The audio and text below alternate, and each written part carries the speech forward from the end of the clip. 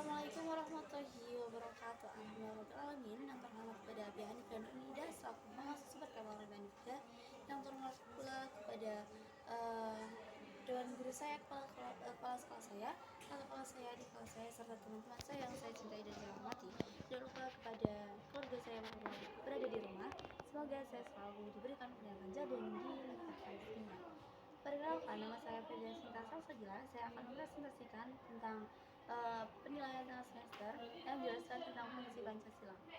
Sebelumnya, bagaimana kabar pada siang hari ini? Alhamdulillah, luar biasa, bersemangat, dahsyat, Allahu Akbar. Lanjut.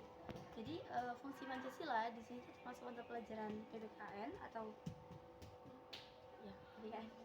Nah, jadi pengertian. Jadi adalah Pancasila itu berfungsi sebagai dasar negara. Kemudian pada tanggal 18 bulan Agustus tahun 1945 itu ditetapkan sebagai dasar negara sebagaimana tertuang dalam Alinea ke-4. Pancasila itu berawal dari kata panca yang berarti 5 dan sila yang berarti itu sendi. Kemudian atas dasar atau peraturan tingkah laku yang penting dan baik. Kemudian digunakan sebagai dasar penyelenggaraan ketatanegaraan Indonesia.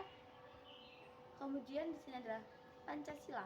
Istilah Pancasila dikenal pertama kali itu oleh Soekarno dalam sidang BPUPKI, Badan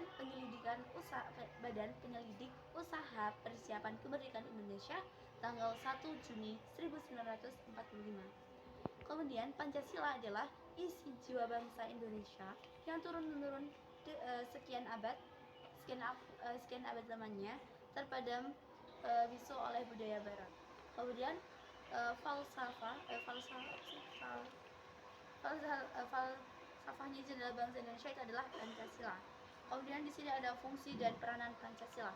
Fungsi dan peranan Pancasila yang pertama adalah Pancasila sebagai jiwa bangsa berfungsi agar Indonesia itu tetap hidup dalam jiwa Pancasila. Yang kedua ada Pancasila itu sebagai kepribadian. Pancasila sebagai kepribadian fungsinya itu adalah memberikan corak khas bangsa Indonesia dan menjadi pembeda dari bangsa lainnya. Kemudian yang ketiga ada Pancasila sebagai sumber hukum. Pancasila sebagai sumber hukum adalah fungsinya sebagai sumber hukum yang mengatur segala hukum yang berlaku di Indonesia. Kemudian ada yang keempat adalah sebagai perjanjian luhur. Sebagai perjanjian luhur disepakati melalui sidang panitia persiapan Indonesia tanggal 18 Agustus 1945. PPKI sebenarnya itu badan yang mewakili siswa rakyat. Kemudian